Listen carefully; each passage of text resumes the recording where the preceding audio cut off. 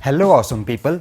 आज मैं आपके लिए लेकर आया हूँ कितरेत्सु से रिलेटेड कुछ अननोन फैक्ट्स, जिसमें मैं आपको बताऊंगा कि कितरेत्सु का असली नाम क्या है, मियोको के कैरेक्टर की क्या स्पेशलिटी है और कितरेत्सु और डोरेमोन में क्या क्या चीज़ें कॉमन है।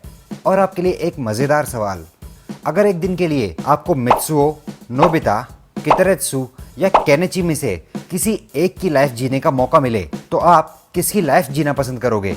इसका आंसर वीडियो देखने के बाद कमेंट करके ज़रूर बताइएगा। तो लेट्स बिगिन। कितरेत्सु असल में मांगा सीरीज के रूप में स्टार्ट हुई थी, जिसका पूरा नाम था कितरेत्सु डायका, जिसका मतलब है कितरेत्सु की एनसाइक्लोपीडिया। और इस मांगा सीरीज को भी फुजिको फुजियो ने लिखा है। ये मांगा सीरीज 1974 से 1994 तक अलग अलग मैगजीन्स में छपी और 1988 से 1996 तक कितरेत्सु नाम से फूजी टीवी पर एनिमे सीरीज चलाई गई, जिसके टोटल 331 एपिसोड्स बने। इंडिया में ये शो सबसे पहले हंगामा टीवी पर 2007 में दिखाया जाने लगा। मुझे अभी भी याद है कि ये शो शाम को 6:30 बजे आता था और मैं और मेरा भाई इसके स्टार्ट होते ही टीवी के सामने मानो जैसे जम से जाते थे। हाँ, पुरानी यादें। अभी ये शो डिज्नी पर आता है। टाइमिंग का मुझे एग्जैक्ट तो ध्यान नहीं, पर शायद दिन में ये 2 या 2:30 बजे के आसपास आता है। अब बात करते हैं कुछ कैरेक्टर फैक्ट्स की। कितरेत्सु इस सीरीज का मेन कैरेक्टर है और ये शो भी इसी के नाम पे है, ये तो सबको पता है। पर कितरेत्सु का एक और नाम है और वो है आइची कीते या आइची काइते, जिसे कितरेत्सु के नाम से भी जाना जाता है।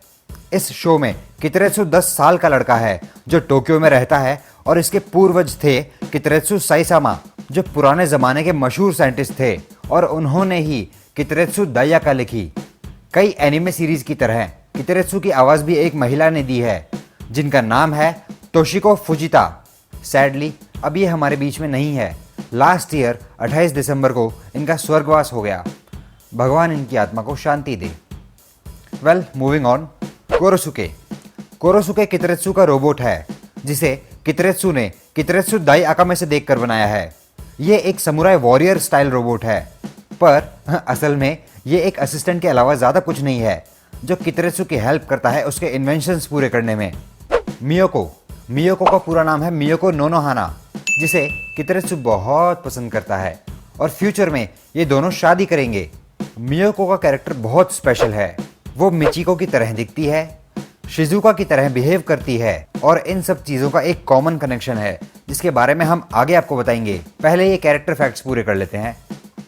टोंगारी का पूरा नाम है कोजी टोंगारी। ये अमीर है, पर कितरेत्सु की चीज़ें चुराना इसे बहुत पसंद है। भूटा गोरिल्ला के भी इस सीरीज में 2 नाम है। इसका सेकंड नाम है कोमादा कोरू। वेल, इन दोनों के बारे में ज़्यादा था नहीं बताने को। तो अब बात करते हैं कितरेत्सु और डोरेमोन के कॉमन कनेक्शन की।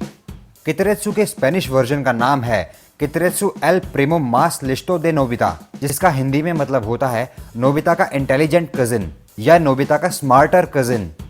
वैसे जापानीज वर्जन में कहीं इसका डायरेक्ट प्रूफ देखने को नहीं मिलता कि नोबिता कितरेत्सु का कजिन है, पर इन दोनों में काफ़ी सिमिलैरिटीज हैं। जैसे कितरेत्सु नोबिता के जैसे दिखता है, पर उससे ज़्यादा इंटेलिजेंट है। कोरोसुके डोरेमोन के जैसे ही एक रोबोट है, पर डोरेमोन यहाँ इससे ज़्यादा इंटेलिजेंट है।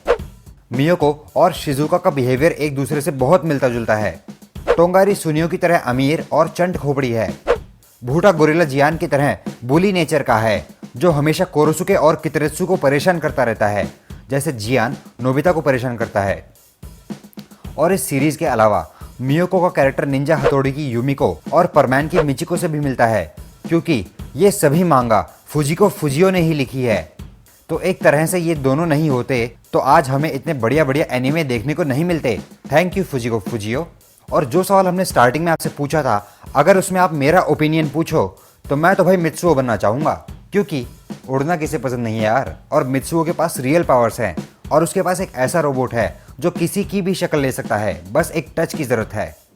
बाकी आप क्या बनना चाहोगे नीचे कमेंट में लिख के हमें ज़रूर बताइएगा। और अगर आपको ये वीडियो अच्छा लगा हो तो प्लीज़ इस वीडियो को लाइक कीजिए, शेयर कीजिए और हमारे चैनल को सब्सक्राइब कीजिए, ताकि हम लाते रहें आपके लिए ऐसे ही बढ़िया बढ़िया वीडियोस।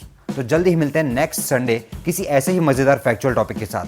तब तक के लिए स्टे ऑसम।